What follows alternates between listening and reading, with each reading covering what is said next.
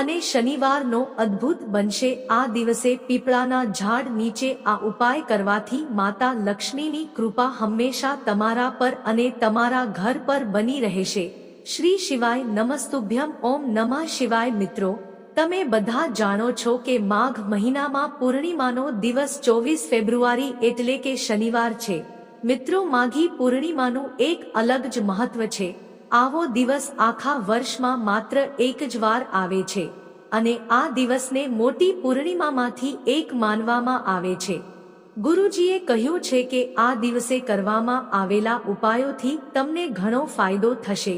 તો મિત્રો, આજના વિડીયોમાં અમે તમને આ દિવસે કરવાના ઉપાયો વિશે જણાવીશું। આ માઘી પૂર્ણિમા 24 ફેબ્રુઆરીએ અમે તમને કેટલાક ખાસ ઉપાય જણાવીશું જે જો તમે આ દિવસે કરશો તો તમારા ઘરમાં ધનની કમી ચોક્કસપણે નહીં આવે અને તમારા ઘરમાં પૈસા પણ આવવા લાગશે અને તે પૈસા પણ ટકી રહેશે અને ગમે તે તમારી ઈચ્છા હોય તો તે પણ પૂરી કરી શકો છો।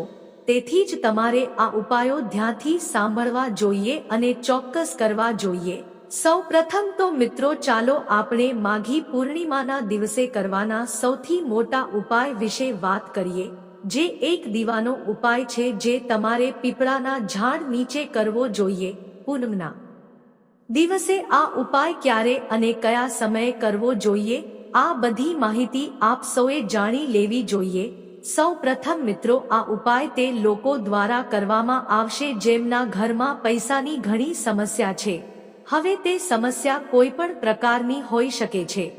તે પૈસા સંબંધિત સમસ્યા હોઈ શકે છે, તે નોકરી સંબંધિત સમસ્યા હોઈ શકે છે અથવા તે કોઈ અન્ય સમસ્યા હોઈ શકે છે। પરંતુ જે પણ સમસ્યા હોઈ શકે છે, આ ઉપાય કરવાથી તે તરત જ દૂર થઈ જાય છે। તમારે બધાએ આ દિવસ છોડવો જોઈએ નહીં, કારણ કે તે માઘી પૂર્ણિમા પ્રદોષકાળના શનિવારના દિવસે છે, તેથી તેનું ખૂબ મોટું મહત્વ છે। તો મિત્રો, દીવો કરીને આ ઉપાયમાં તમારે શું કરવાનું છે તે ધ્યાનથી સાંભળો। સૌથી પહેલા આ ઉપાય તમને અહીં પ્રદોષકાળ દરમિયાન સાંજે આ ઉપાય કરવાનો છે, સવારે આ ઉપાય કરવાનો નથી। સૌથી પહેલા તમારા ઘરની નજીક જે પણ પીપળાનું ઝાડ છે, ધ્યાન રાખો મિત્રો, પીપળાનું ઝાડ મોટું હોવું જોઈએ, આ વાતનું ધ્યાન રાખો। હવે તમારે ત્યાં જતા પહેલા તમારો દીવો તૈયાર કરવાનો છે। હવે તમારે કયો દીવો લેવો છે તો ધ્યાનથી સાંભળો। આ ઉપાય માટે તમે માટીનો દીવો લો તો સારું, અને જો તમારી પાસે માટીનો દીવો ન હોય તો આ ઉપાય માટે તમે લોટથી બનેલા દીવાનો ઉપયોગ કરી શકો છો। પરંતુ અહીં તમારે એક વાતનું ધ્યાન રાખવું પડશે કે તમે જે દીવો લઈ રહ્યા છો તે તમારો હોવો જોઈએ, અન્ય કોઈનો દીવો ઉપયોગ ન કરવો, કારણ કે આ ઉપાય માટે જો તમે બીજા કોઈનો દીવો લેશો તો આ ઉપાયનું ફળ તમે જેનો દીવો લેશો તે વ્યક્તિને મળશે। તેથી જ મિત્રો, એવું માનવામાં આવે છે કે જો આપણે ભગવાન માટે દીવો પ્રગટાવીએ છીએ તો તે દીવો ફક્ત તમારો જ હોવો જોઈએ। તમે માટીનો દીવો ન ખરીદી શકતા હોવ તો લોટનો દીવો તૈયાર કરો। અને એક વાત ખાસ તમારે ધ્યાનમાં રાખવાની છે કે લોટની માત્રા કેટલી છે તમે લોકો દીવો બનાવવા માટે ઉપયોગ કરો છો, તમારે લોટની અંદર કંઈ પણ ભેળવવાની જરૂર નથી। તો હવે આ લોટના દીવાની અંદર આપણે શું રાખવાનું છે, એટલે કે આપણે ગોળ વાટ રાખવા માંગીએ છીએ કે લાંબી? એક બીજી વાત સમજો કે જો તમારા ઘરમાં એવું લાગે છે કે માત્ર એક જ વ્યક્તિ પર અથવા પરિવાર પર પણ ઘણું દુઃખ અને પરેશાની આવી રહી છે, તો તમે લોકો ક્યાંક ને ક્યાંક સમજી શકો છો કે જો શનિદેવ તમારાથી નારાજ છે તો ભગવાન શનિને પ્રસન્ન કરવા માટે આ ઉપાય ખૂબ જ મહત્વપૂર્ણ છે। કારણ કે માઘી પૂર્ણિમા શનિવાર છે અને તમે બધા જાણો છો કે શનિવારે કરવામાં આવેલા ઉપાયોથી શનિની સ્થિતિ સંપૂર્ણપણે દૂર થઈ જાય છે। તેથી તમને લોકોને આવી તક ફરીથી નહીં મળે। તમે દીવો બનાવ્યો છે, તમારે તેની અંદર એક ગોળ વાટ મૂકવાની છે।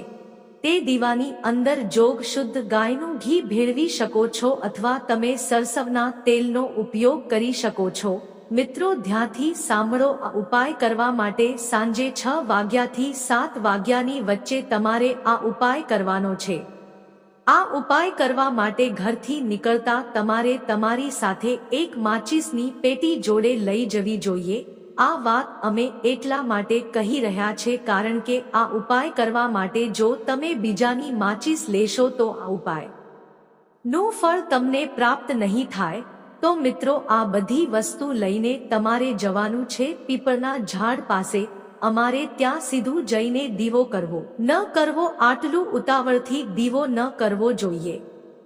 તમે પહેલા પીપળના ઝાડ નીચે પહોંચો, પહેલા ભગવાનના દર્શન કરો અને ભગવાન વિષ્ણુ અને દેવી લક્ષ્મીની પ્રાર્થના કરો કારણ કે શનિવાર એ દિવસ છે જ્યારે લક્ષ્મી અને ભગવાન વિષ્ણુ પીપળના ઝાડ નીચે નિવાસ કરે છે અને આ દિવસ આપણા જીવનમાંથી દુઃખ અને સમસ્યાઓને દૂર કરવાનો પણ છે કારણ કે જો શનિદેવ તમને પરેશાન કરી રહ્યા છે તે તમારાથી પ્રસન્ન થશે।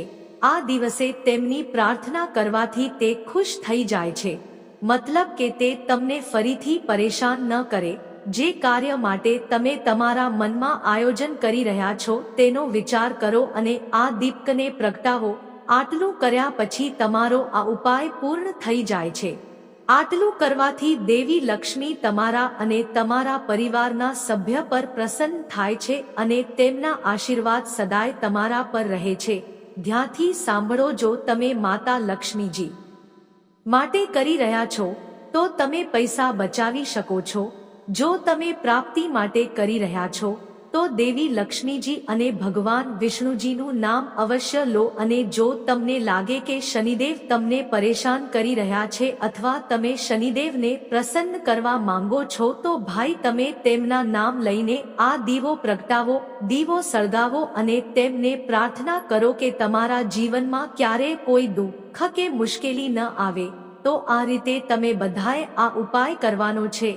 આ ઉપાય કરવા માટે આ ખૂબ જ સારો સમય છે। આ એક સરળ ઉપાય છે। આ ઉપાય કોઈ પણ કરી શકે છે।